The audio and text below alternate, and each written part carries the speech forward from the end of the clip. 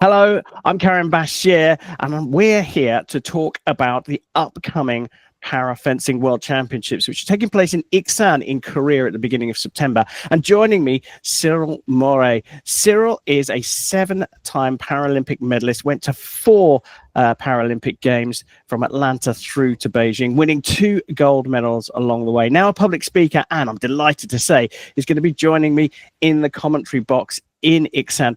Cyril, hello. We're going to get straight into it. Today, we're going to be talking about legends, and I want you to give us 2 male and 2 female athletes that we should be looking out for as current superstars in the sport.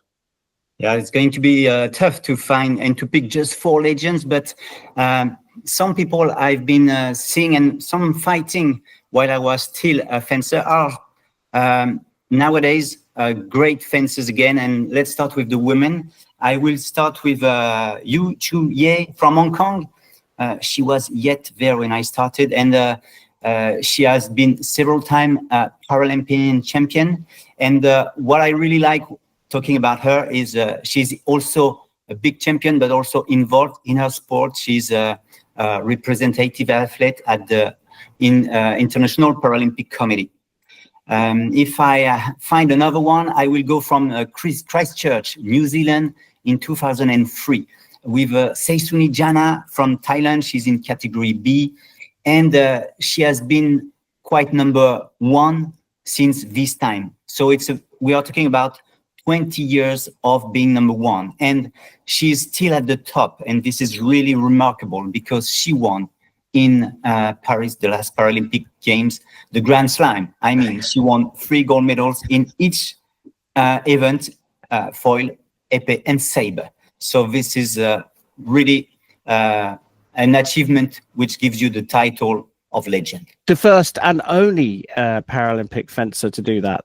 Yeah, because before we used to do only 2 weapons. Yeah. And since we have been opening these to 3 weapons, we find new champions, and we thought it could be impossible to get this for 3 medals, but she did it.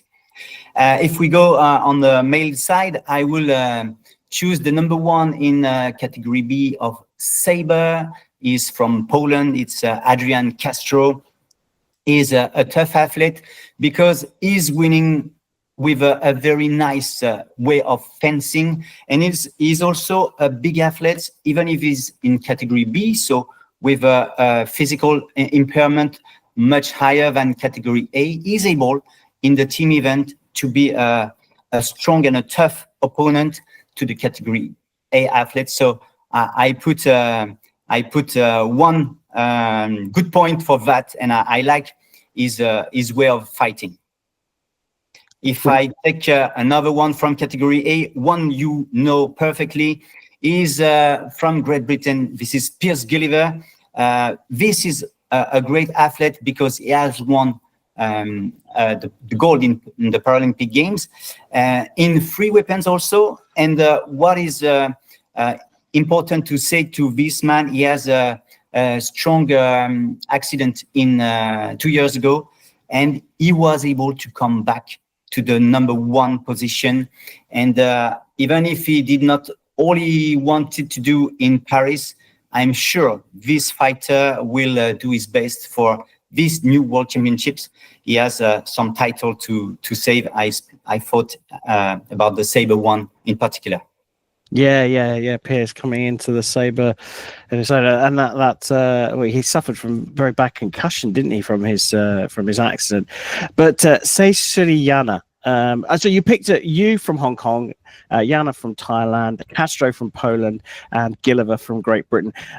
So we got 2 Asian athletes in the female category that you've picked, and 2 Europeans in the men. I'm sure that's just by pure coincidence, but yes, it is. Seisuni Jana, I mean, what she did in Paris was incredible. I remember I was commentating for OBS in Paris, and I remember that day, that 3rd individual title, and she had a couple of pretty close matches, but she was the emotion that came out once she'd taken 3 was incredible, wasn't it?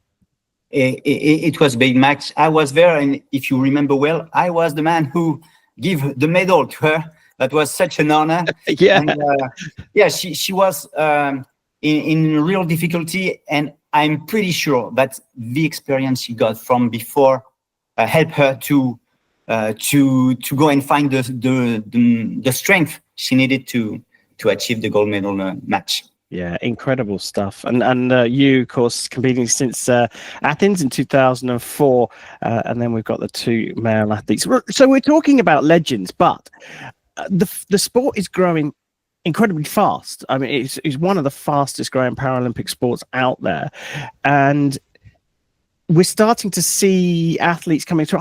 I kind of like in Olympic fencing when Korea decided to rip up the rule book before Beijing, when Beijing was announced as a host, and they reinvented Olympic fencing in their own image.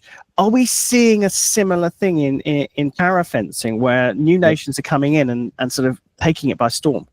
Yeah, we can really see this kind of way of doing. Maybe it's even more strong. I mean, the turn point was in the games of 2008 in China, where China really took the first place for good. Before, it was France and some other countries of Europe. Then, since 2008, things have changed and things were more open with, I would say, China really focusing on the efficient movements and using as much as possible, putting as much as possible strong athletes, I mean physically strong athletes. It became a physical sport and also focusing on the technical, important and efficient movements. So things have moved, and since then, we are seeing sometimes big countries coming, and this is a changing. There is always an evaluation, and we can say that Ukraine did good. Today, Thailand is really launching. We hope that India will take this way with many fences, working hard, and maybe will be able to reach the top steps in the future competitions. Well, there's a lot of investment going on in India at the moment. They're breaking into a lot of sports and investing a lot, along with a bid to host the Olympic Games in 2036, or probably more likely 2040. So it will be interesting to see how the Indians develop. But in terms of the legends themselves, I mean, you're sort of mentioning a changing of the guard, if you like, or evolution, and sport is in a constant evolution. But are we going to see this a similar thing in Iksan as we did in Paris, with some of these new nations coming in and stealing all the medals? Or can the legends still challenge? Yeah, I would say, and maybe I will be wrong, but we'll see that Bashir, Karim, at the end of the games, the World Championships. I would say that you can't come and break everything, because even in the World Championships, you can have your place as a new fencer with a big talent. You will have in front of you, even if it's not a big wall, but it will be a strong wall. And what is this wall? Is the top 5 in each category. It's quite impossible if you are ranked at the 40th position, and if it's your position, I mean, if you have never been able to go better, it's impossible to get even in a top 10. So, I mean, you can do it, but it's not that easy. And we have tough athletes at the top ranking so far. If everybody is doing the competition the whole season, you can't go through this.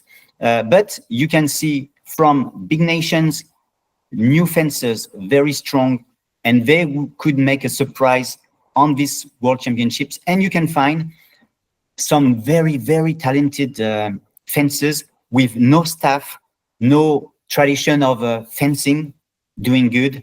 And I'm speaking about Hakan Akaya from Turkey, which could become a legend. He has done well in Paris, and this will be these World Championships will be the ones where all his opponents will watch him very carefully.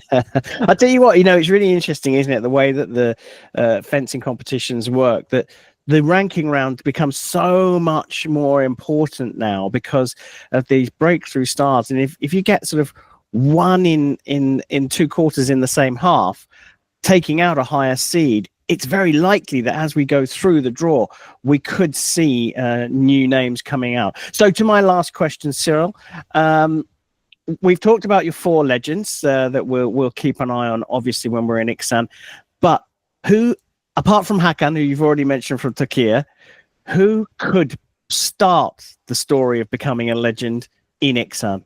Well, Dark horse. Hakan was my guy to watch. I will give you another one of a country I like pretty much is Thailand.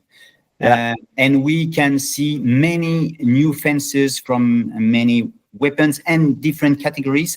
But I like how humble is Visit King Manao from Thailand, and is on the piece so efficient.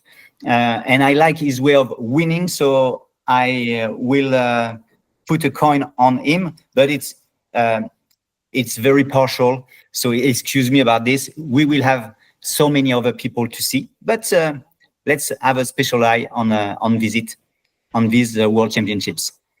Fabulous. Cyril, thank you very much for your insight. I'm really looking forward to working with you in Iksan. Can't wait for the competition to start. You can join Cyril and myself and Lauren, who's going to be featuring in some of our other promo videos a little bit later on. You can join us in Iksan at the beginning of September. But for now, thanks a lot. Bye.